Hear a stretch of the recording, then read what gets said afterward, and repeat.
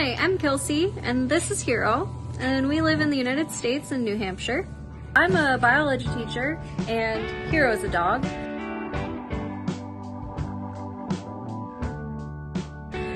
It's really important for kids to learn it early because it's kind of like learning a new language where if you learn it early, then it becomes a lot easier to speak it later.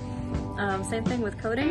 It teaches critical thinking skills, problem solving skills, but it also allows you to approach problems from a new perspective because a computer can let you do all kinds of data processing that would take hours and hours to do by hand.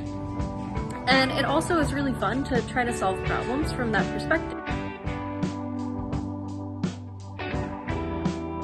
We think that Bright Brains initiative is really awesome, that you guys are going to allow kids to learn all kinds of new skills and new information that can make life better for people and dogs.